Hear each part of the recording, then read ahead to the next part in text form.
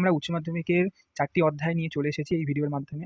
4টি অধ্যায়ে যেগুলি কোশ্চেন আছে সবগুলি কোশ্চেনই গুরুত্বপূর্ণ কোশ্চেন। পরীক্ষায় এই কোশ্চেনগুলোই আসবে। প্রথম অধ্যায় থেকে আছে জাদুঘর কাকে বলে, অতীত পুরন গঠনে জাদুঘরের ভূমিকা আলোচনা করো। এবং দ্বিতীয় কোশ্চেন ইতিহাস রচনায় স্মৃতিকথার গুরুত্ব কী। যেগুলো লাল কালির দাগ করা আছে সেগুলো প্রচুর পরিমাণে গুরুত্বপূর্ণ। যেগুলোতে স্টার মার্ক করা আছে, যেগুলোতে লাল কালির দাগ করা আছে, যেগুলোতে লাল কালিতে লেখা যে কোশ্চেনগুলি আছে সেগুলোতে খুবই গুরুত্বপূর্ণ।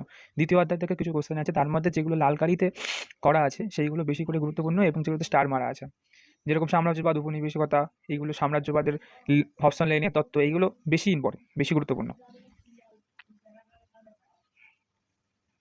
এই কোশ্চেনগুলো বেশি ভালো করে করতে হবে। এই কোশ্চেনগুলো করলেই ইতিহাস পরীক্ষায় 2024-এর উচ্চ মাধ্যমিকে বেশিরভাগ কোশ্চেনই এখান থেকে কমন তোমরা পেয়ে যাবে।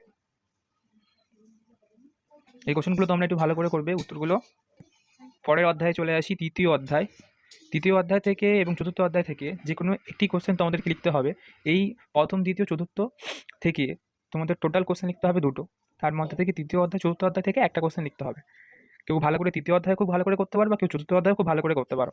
তৃতীয় অধ্যায় থেকে রেলপথের প্রবর্তনের উদ্দেশ্য প্রভাব আলোচনা করো, এই কোশ্চেনটা খুবই গুরুত্বপূর্ণ আছে। এবং চতুর্থ অধ্যায় থেকে যে কোশ্চেনগুলি আছে, এই কোশ্চেনগুলি যেগুলো লেখা আছে এগুলো গুরুত্বপূর্ণ, কিন্তু এখান থেকে বেশি পরিমাণে যে কোশ্চেনটি গুরুত্বপূর্ণ, এই ভিডিওতে যেগুলো লাল কালিতে দেখতে পাচ্ছ সেগুলো সবথেকে বেশি গুরুত্বপূর্ণ কোশ্চেন। এই যে একটি কোশ্চেন, চতুর্থ অধ্যায় ঈশ্বরচন্দ্র বিদ্যাসাগর শিক্ষা সংস্কারের বিবরণ দাও। এখানে ঈশ্বরচন্দ্র বিদ্যাসাগর হতে পারে, রাজা রামমোহন হতে পারে, কৃতিত্ব বলতে পারে, বিবরণও বলতে পারে, ব্যাখ্যাও আসতে পারে। এরকমভাবে এইগুলো আসবে। একটা এই ভিডিওতে এই ফার্স্ট পার্টটা করা হলো, এবং পরবর্তী পার্টে পঞ্চম, ষষ্ঠ, সপ্তম অধ্যায়, 4টে অধ্যায় পরবর্তী নেক্সট পার্টে তোমাদেরকে আসবে।